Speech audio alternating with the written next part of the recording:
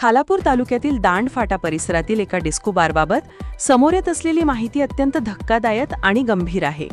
सूत्रांकडून मिळालेल्या माहितीनुसार या ठिकाणी 20, 50, 100 रुपयांसह विविध मूल्यांची कागदी टोकन दिली जातात आणि ती पैशांप्रमाणे उधळली जात असल्याचा गंभीर दावा केला जात आहे.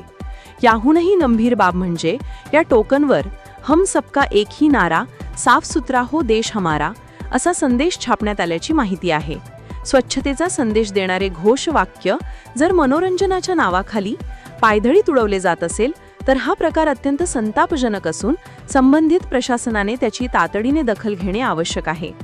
सर्वात मोठा प्रश्न म्हणजे नेमकं चाललंय तरी काय? अशा प्रकारची टोकन वापरण्यास परवानगी आहे का? त्यावर कोणाचे नियंत्रण आहे?